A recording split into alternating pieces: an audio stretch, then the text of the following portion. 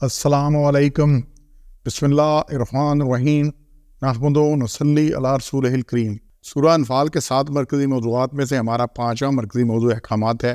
اس کے 4 ضمنی موضوعات ہیں اور تیسرا ضمنی موضوع ہے معاہدہ اور صلاح کے احکامات۔ تو اس کے اوپر یہ 5 نکات ہیں۔ پہلا ہے 2 نکات آیت نمبر 58 میں سے، اگر کسی سے معاہدہ شکنی کا ڈر ہو تو خود صاف طور پر معاہدہ ختم کرنے کا اعلان کرو۔ ان کو صاف بتا دو یہ معاہدہ ختم ہے، تمہارا کوئی معاہدہ نہیں ہے، اور یک طرفہ معاہدے توڑ کر دغا بازی نہیں کرنی۔ یہ بہت بڑی جنگی چال ہوتی ہے، ایک طرف معاہدہ کر لیا اور پھر حملے کر دیا۔ اللہ نے کہا ہے کہ یہ کام جنگ میں بھی نہیں کرنا۔ اگر وہ نہیں چلتی بات، آپ کو ڈر ہے کہ معاہدہ توڑ دیں گے مسئلہ، تو ان کو صاف پہلے وارننگ دو، معاہدہ توڑ دو، بتا دو کہ معاہدہ نہیں ہے، تو پھر یہ کام کرو۔ یہ بڑی اہم بات اس میں آئی ہے۔ تو اس چیز کا دشمن کی بد عہدی کو لانے جنگ سمجھا جائے گا۔ کفار نے صلح حدیبیہ کی خلاف ورزی کرتے وقت بنو بکر کا ساتھ دیا تھا اور بنو خزاعہ کو مارا۔ اس عہد شکنی کا اعتراف قریش کو بھی تھا، اور ابو سفیان خود تجدید عہد کے لیے مدینہ پہنچا، لیکن حضور صلی اللہ علیہ وسلم نے قبول نہ کیا اور مکہ پر چڑھائی کی اور مکہ فتح ہوا۔ تو معاہدے کو اگر جاری نہیں رہنا تو صاف کلیئر کر دو یہ معاہدہ ختم ہے۔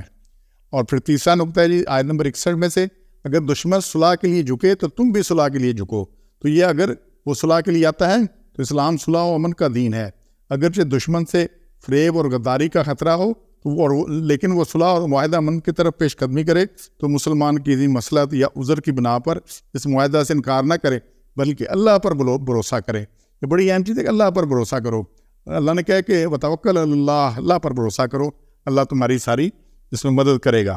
اور پھر یہ اسی میں ہے کہ 62 نمبر ہے، اگر دشمن صلح سے دھوکہ دینا چاہتا ہے تو اللہ تعالیٰ پر توکل کر کے صلح کی طرف مائل ہو۔ 62 نمبر آیت میں اس آیت کو دیکھیے گا، اگر وہ چاہے تجھ کو دغا دے کے ادھر سے معاہدہ کر لیا، ادھر سے جناب پلٹ کے حملہ کر دیا، تو فَإِنَّ حَسْبَكَ اللَّهُ، تو تجھ کو کافی ہے اللہ، اور اسی نے تجھ کو زور دیا اپنی مدد کا اور مسلمانوں کا۔ تو اللہ کی مدد سے یہ چیزیں ہوتی ہیں سارا کچھ۔ تو اللہ نے اس چیز میں بڑی کلیئر بات کی ہے کہ معاہدہ توڑنا نہیں، اور اگر وہ کریں تو اس کو معاہدے پہ آ جانا۔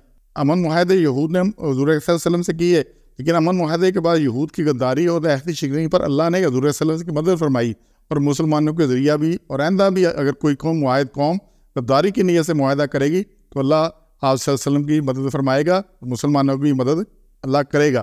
اللہ نے ان آیتوں میں یہ وعدہ کیا ہے۔